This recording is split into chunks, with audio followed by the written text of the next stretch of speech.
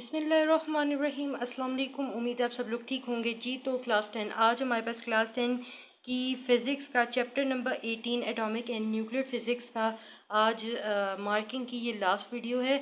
I hope कि आपको पीछे वाली सारी वीडियोस जो हैं उनसे काफ़ी हेल्प मिली होगी। ठीक है, तो आज इसका लास्ट पार्ट जो है वो मैं बना रही हूँ। तो आपसे शुरुआत में यही रिक्वेस्ट होगी कि आपने ना कोई भी वीडियो का पार्ट जो है वो स्किप नहीं करना, क्योंकि अगर आप स्किप करेंगे तो इसके अंदर काफ़ी इंपॉर्टेंट पॉइंट्स होते हैं जो कि मैंने आपको बताने होते हैं और वो आपके स्किप हो जाएंगे और फिर आपको समझ बिल्कुल भी नहीं आएगी।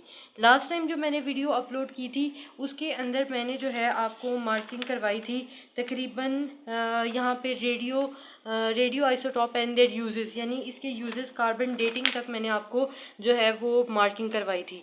ठीक है, अगर आपको वो वीडियो देखनी है तो नीचे जो है मैं डिस्क्रिप्शन में और नीचे कमेंट सेक्शन में पिन कर दूंगी प्लेलिस्ट का लिंक। आप वहां से जाके इजीली सारी जो लेक्चर हैं वो सारे देख सकेंगे। सारी जो मार्किंग की वीडियो है वो आपको मिल जाएगी। ठीक है जी, अभी सबसे पहले हम लोग अपना आज की जो वीडियो है वो हम स्टार्ट करते हैं। और सबसे पहला टॉपिक हमारे पास यहाँ पे आ जाता है फिजन रिएक्शन का। ठीक है जी, ये भी इम्पॉर्टेंट लॉन्ग क्वेश्चन है और ये लॉन्ग क्वेश्चन के तौर पर आता है। अगर शॉर्ट में आएगा तो सिर्फ डेफिनेशन आएगी और साथ में आपको इक्वेशन पूछी जा सकती है, साथ में डायग्राम पूछी जा सकती है। तो अगर आपको ये लॉन्ग क्वेश्चन में आता है तो ये आपको कुछ इस तरह से आएगा। यहाँ पे आपको आएगा define and explain the nuclear fission reaction by equation and also draw diagram. ठीक है जी, तो यहाँ से लेकर यहाँ तक जो है इसकी डेफिनेशन है। इसके बाद आपने यहाँ पे एक्सप्लेनेशन की हेडिंग देनी है और ये यहाँ तक आपका जो है एक्सप्लेनेशन इसकी कवर होगी। उसके बाद यहाँ पे आपने एक और हेडिंग बना लेनी है, अगर आप बनाना चाहते हैं ठीक है, नहीं बनाना चाहते तो कोई मसला नहीं है। ये आपकी आसानी के लिए है कि इस पैराग्राफ में क्या था और इस पैराग्राफ में क्या है, ये सिर्फ इसलिए है।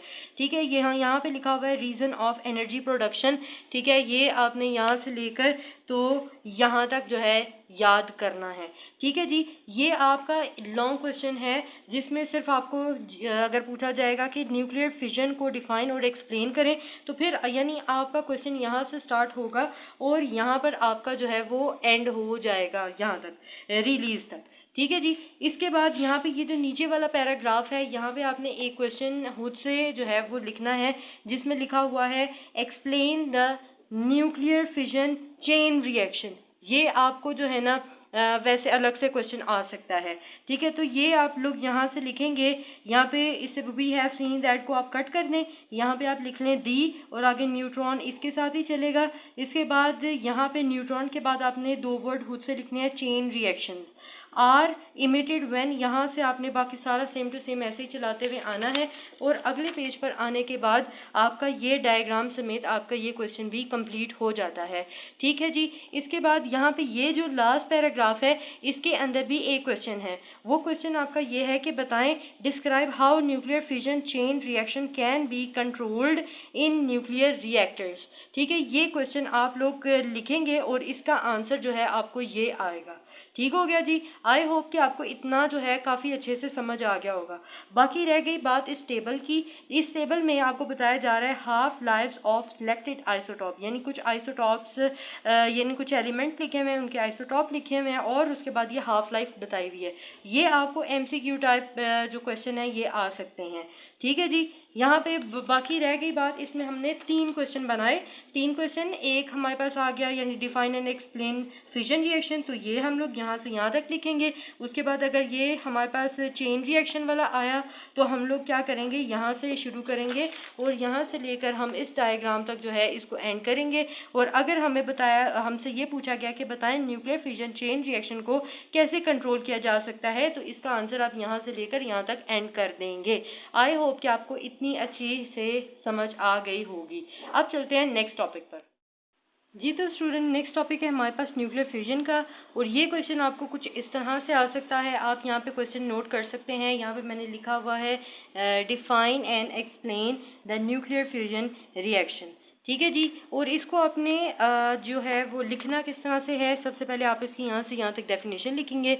इसके बाद आपने हेडिंग देनी है एक्सप्लेनेशन की। एक्सप्लेनेशन की हेडिंग देकर आपने यहाँ से शुरू करना है और यहाँ तक जो है ना ये आपका एक लॉन्ग क्वेश्चन है।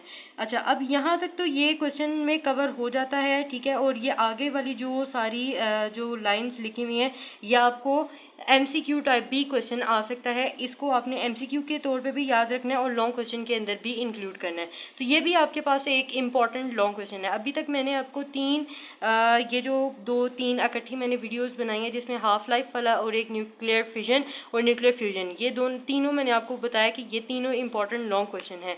ठीक है जी। उसके बाद लास्ट टॉपिक हमारे पास है hazards of radiation and safety major, यानी हमने देखना है कि रेडिएशन के क्या समझ लें नुकसान क्या हैं और इसके जो हैं सेफ्टी मेजर्स क्या हैं।